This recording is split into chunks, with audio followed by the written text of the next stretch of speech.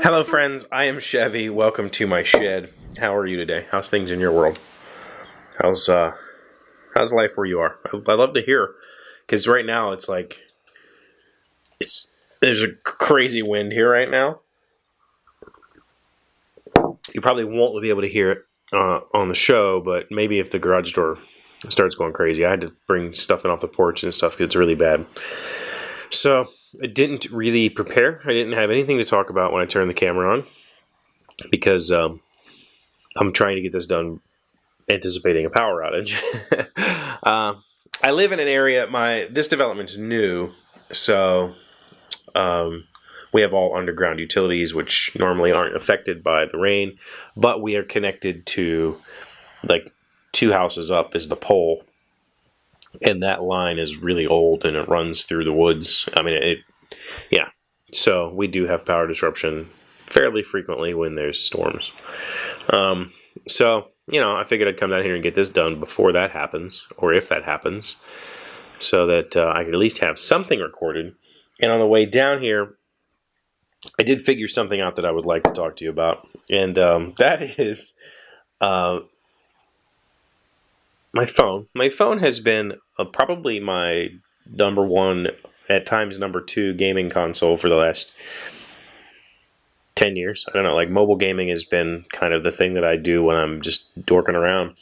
And I don't know if you know this, but there's a Harry Potter game for your phone. I'm not going to show it on here. This isn't a review. It piques my interest because I have been playing it for a few months now. I'm about halfway through. Well, I'm year 3, so I'm a little over halfway through my time at Hogwarts as a student, and there is no game. Like, the game doesn't exist. There are a couple of little side things that you can do, like you can have conversations with your friends, and they'll give you 3 multiple choice question, or a question with 3 multiple choice answers. So that's kind of game-ish, I guess, unless you know anything about Harry Potter, and then it's not even a challenge. But essentially, what happens is it's a story that you kind of have to wait to unlock. It is entirely free, except for the fact that there is no game. If you were to spend the money to unlock everything, I would suspect that you could finish the entirety of the game in under 20 minutes. Like, because it's literally just clicking. You don't do anything but click. You'll go into these classrooms, and it'll be like, hey, we're going to learn this spell. And it'll be like, prepare to learn the spell. And then you click 5 times, and that uses your energy. And then it'll be like, all right, add some ingredients. And then you click like 15 times. And then it'll be like, oh, you're out of energy. And then you have to wait for your energy to refill, which gives you 1 point of energy every 4 minutes. And then eventually you'll go back into the class and be like, click, click, click, click. And by the way, these clicks don't do anything. You're not clicking any specific spot on the screen.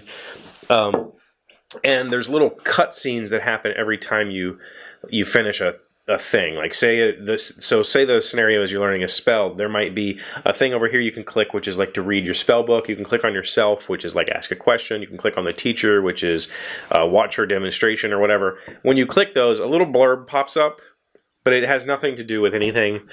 Sometimes it'll say something that's makes completely no sense, and then it just repeats those over and over again while you take this class. And literally, the class will be like 1, 3, or 8 hours, your choice of how many stars you want to get, which are just an arbitrary score that you might need a certain number of stars to unlock. But the whole point of this is there is no game. Like, it's really...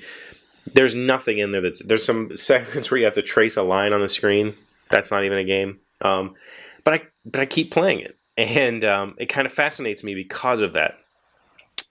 There are other games that I have played that have much stronger story elements, that have much deeper stories than this one is telling. There are other games that I have played that have less focus on the story, more focus on the gameplay, but the story is told throughout. This has neither of those. It's a very lightweight story. 0 gameplay. It's just tapping a screen until, almost like a tapper game.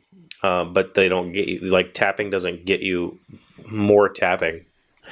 It's weird. There's no progression. There's no, like, you learn spells, but they don't do anything. You can't use them. Like, every now and then you might get to go into a duel where you can use some of these spells, but it's not like you can wander around the castle and do whatever you want. You're just kind of stuck to these little scenes, and you click the screen. So weird. And I don't know why I keep coming back. I don't know why I keep playing it. And that's the thing that's fascinating to me. Like, what makes me open that app? It's not the notifications. I turn those off, but I still, like, I'm intrigued by this story, you know? I think J.K. Rowling is a very strong storyteller. I have no idea if she had anything to do with this game at all. I mean, you know, there are people who say she didn't even write the last few books, but the story is interesting-ish. It's very much the same thing. You're you know, somebody who finds out you're something and you go through Hogwarts, and the tropes are all there, but I don't think that's why I keep coming back. I don't know why. So I'd like to hear from you. If you've played the game, tell me why you've played the game. If you continue to play the game, I'd love to hear that, because I've been playing it for a couple of months now, and I'm kind of at this point just want to see it through. It's bizarre. I don't know. Maybe somebody can clarify it to me. Like, why do we play this again? I don't know. I'd like to tap into that somehow. I think there's a way to use that whatever reward system this gives you, which is not a completely non-traditional reward for completing a meaningless task. I'd like to figure out how to tap into that. Maybe there's something there for gaming or writing or whatever. I don't know. So that's all I have. Thank you for being here. As always, thank you for liking, commenting, subscribing, being amazing friends, being wonderful people. I'll see you tomorrow. Hey, Doc, wait! I want to ask you something. Today's fact comes from Wikipedia. Which country first adopted time zones? On November 2nd, 1868, the then British colony of New Zealand officially adopted a standard time to be observed throughout the colony, and was perhaps the first country to do so.